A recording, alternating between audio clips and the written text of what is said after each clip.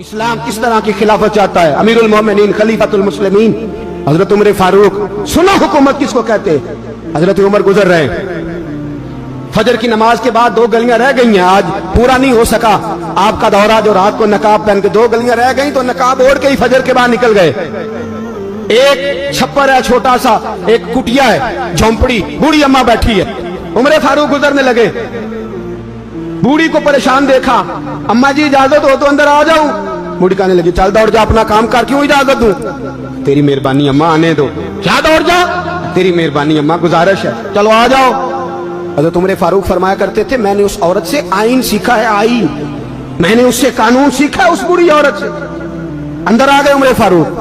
اماں کیا پریشانی ہے، کیا بات؟ اماں کہنے لگی خامد انتقال کر گیا، اولاد اللہ نے دی کوئی نہیں، میں غریب ہوں، 3 دن سے روٹی نہیں کھائی، 25 دینار کا قرضہ چڑھ گیا ہے، مجھے عمر فاروق سے بڑی شکایت ہے، اس نے میرا حال ہی نہیں پوچھا. حضرت عمر کہتے تھے مجھے اس نے دستور اور آئین سکھایا. کہنے لگے شکوہ ہے، عمر آیا ہی نہیں. حضرت عمر کہنے لگے اماں، عمر کو کیا پتا کہ تو اس حال میں ہے. اماں دستور بیان کرتی ہے، اماں جمہوریت کا اعلان کرتی ہے، کہتی ہے نہیں پتا عمر کو. تو عمر سے کہو چھوڑ دے حکومت، اس کے حوالے کرے جو خبر رکھ سکتا ہے، نہ ادھر ادھر کی تو بات کر. یہ بتا کہ قافلہ کیوں لٹا، مجھے رہزنوں سے غرض نہیں، تیری رہبری کا سوال ہے. عمر سے کہو چھوڑے حکومت، اس کو دے جو پتہ رکھ سکتا ہے. حضرت سیدنا نافع فرماتے ہیں جس کے سامنے کسرا اور روم کے بادشاہ کانپا کرتے تھے، میں نے اس عمر کو بوڑھی اماں کے سامنے کانپتے ہوئے دیکھا. راشا طاری ہے عمر فاروق کا. دوڑے گئے، 25 دینار لائے، راشن رکھ کے لائے، روٹیاں پکائیں، بوڑھی اماں کو کھلائیں. کہنے لگے اماں 25 دینار لے لے اور چل، غلطی ہو گئی، عمر کو معاف کر دے. اماں بول کے کہنے لگی میں نہیں معاف کرتی، میں تو پکا پھل لوں، بس گرنے والی ہوں، ایک دفعہ قبر میں جا لینے دے، میرے رسول آئیں گے تو میں عمر کی شکایت کروں.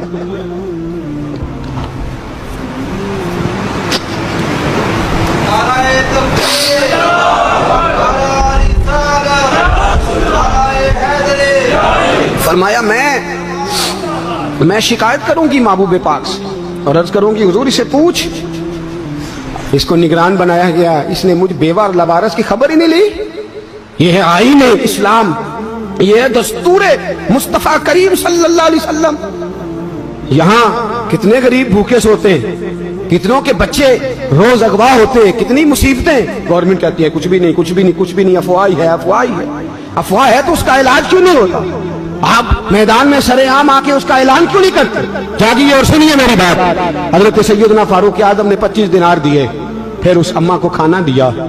کوئی برادری نہیں اس اماں کی، کوئی ووٹ بینک نہیں، کوئی یہ اماں کسی بڑی برادری کی نہیں جس کا 2 لاکھ ووٹ ہو. امیر المومنین ہو کے عمر فاروق اماں کے قدموں میں بیٹھ گئے.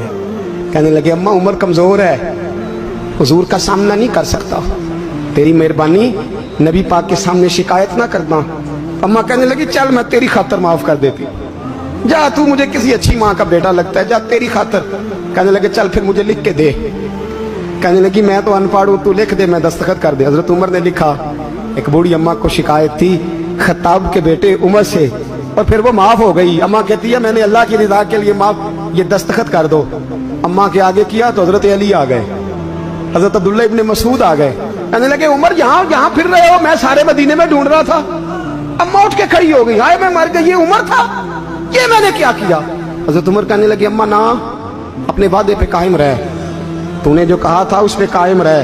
ہمیں تو بتایا گیا تھا یہ والا نظام پاکستان میں آئے گا، یہ کہا تھا قائد اعظم نے، یہ رنگ ملے گا تمہیں.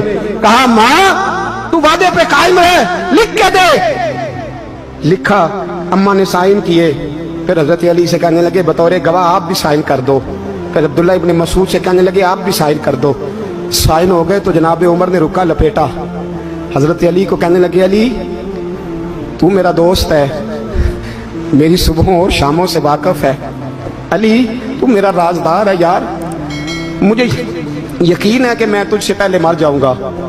جب عمر کا انتقال ہو جائے تو یہ رکا میرے کفن میں رکھ دینا، یہ رکھنا میرے کفن میں. علی کہنے لگے پھر کیا ہوگا؟